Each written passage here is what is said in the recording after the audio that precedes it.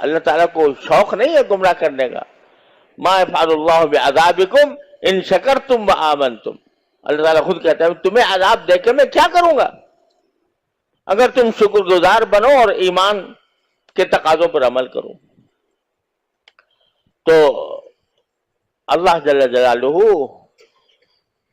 نہیں چاہتے کہ تم گمراہی کے گڑھوں میں جا کے گرو، لیکن جب تم خود وہ راستہ اختیار کر لیتے ہو گناہوں کا، معصیتوں کا، اور اللہ کا خوف تمہارے دل سے مٹا دیتے ہو، یہ احساس مٹا دیتے ہو کہ میرا اللہ مجھے ہر وقت دیکھ رہا ہے، تو اس کا نتیجہ یہ ہوتا ہے کہ تم خود گمراہی کے گڑھوں میں جا کے گر جاتے ہو، اور گر جاتے ہو تو تمہاری عقل خراب ہو جاتی ہے.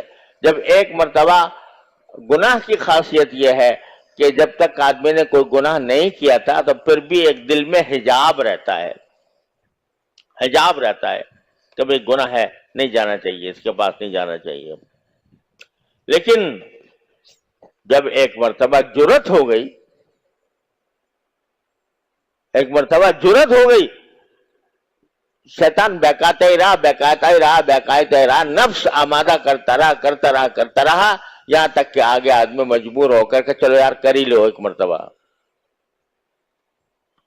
وہ کر لیا تو وہ جو ایک آڑ تھی نا تھوڑی سی، وہ ختم ہو گئی. وہ حجاب جو تھا وہ اٹھ گیا. اب جو ہے راستہ کھل گیا. بھائی اس دن کیا تھا، چلو آج پھر کر لو. تو یہ حجاب جب ختم ہو جاتا ہے تو اسی کا نام ہے کہ اللہ تعالیٰ گمراہی میں بھیج دے.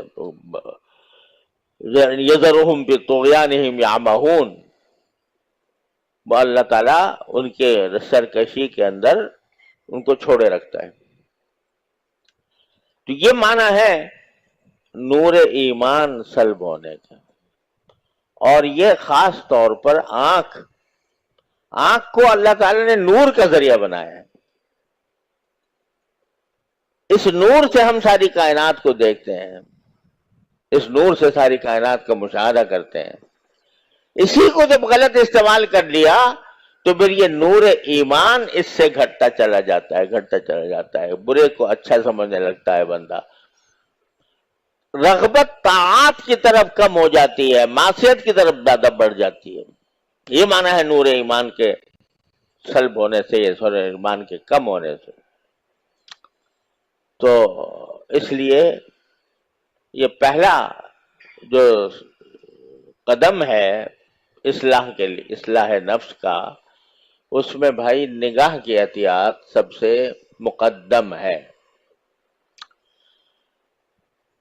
اور مجھے پتا ہے کہ آج کے دور میں نگاہ کی مکمل حفاظت ایک مجاہدہ ہے بہت بڑا. لیکن بھائی بیٹھے بٹھائے تو کوئی دولت نہیں ملا کرتی، ہاتھ پر ہاتھ رکھ کر تو کوئی دولت نہیں ملا کرتی. اگر ایمان کا نور چاہیے، اگر اللہ تعالیٰ کا قرب چاہیے، اگر آخرت کی فکر چاہیے، تو پھر یہ پتھر تو دل پر رکھنا ہوگا. یہ پتھر تو دل پر رکھنا ہوگا. یہ بتاؤ کون یہ گارنٹی لے کے آیا ہے کہ میں اگلے لمحے میں زندہ رہوں گا؟ کوئی گارنٹی لایا ہے؟ کسی کے پاس کوئی ضمانت ہے اس بات کی کہ اگلے گھنٹے جیوں گا؟ اگر ٹھیک اس وقت جب ہم اللہ بچائے اللہ جل جلالہ کی نافرمانی کر رہے ہیں، ٹھیک اسی وقت ہماری روح قبض کر لی جائے،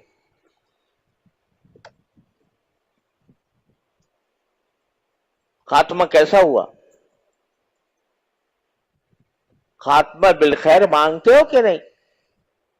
یا اللہ ایمان پر خاتمہ فرمائی.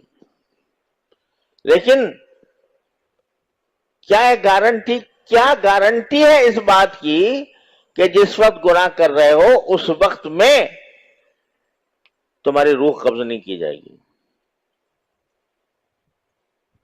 اس وقت میں بلا لیا اللہ تعالیٰ نے تو رنگے ہاتھوں چلے گئے.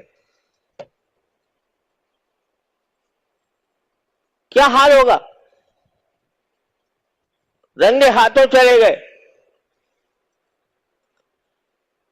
تو کم از کم یہ دھیان تو پیدا کر لو کہ اگر اسی وقت میں مجھے اٹھا لیا گیا. ارے توبہ کی توفیق بھی ہر ایک کو نہیں ملتی. اس لیے یہ خیال اگر دل میں آ جائے کہ یہ میں جو گناہ کر رہا ہوں اسی وقت اگر میرے اللہ نے مجھے موت دے دی تو میرا انجام کیا ہوگا؟ معصیت کی حالت میں اٹھا لیا. اللہ کے بندے ایسے ہوتے ہیں جن کو اللہ سجدے میں اٹھاتا ہے، جن کو نمازوں میں اٹھاتا ہے، جن کو طاعات کے دوران اٹھاتا ہے. اللہ کے بندے وہ آپ کے علم میں آتے رہتے ہوں گے. سجدے کی حالت میں چلے گئے، یعنی سجدہ جو بندے کے لیے اللہ تعالیٰ کے قرب کا سب سے بڑا ذریعہ ہوتا ہے، اس حالت میں اللہ نے اٹھا لیا. خاتمہ بالخیر ہوا، خاتمہ بالایمان ہوا، طاعت کی حالت میں ہوا. اللہ اگر ہمیں ایسے اللہ بچائے، اللہ تعالیٰ ہر مسلمان کی حفاظت فرمائے کہ عین معصیت کے وقت میں اٹھا لے، عین نافرمانی کے وقت میں اٹھا لے، گناہ کے وقت میں اٹھا لے، تو کہاں جائیں گے؟ لہذا ان باتوں کو تو سوچ کر اپنے دل پر پتھر رکھنے ہوں گے. پتھر رکھے بغیر نجات نہیں.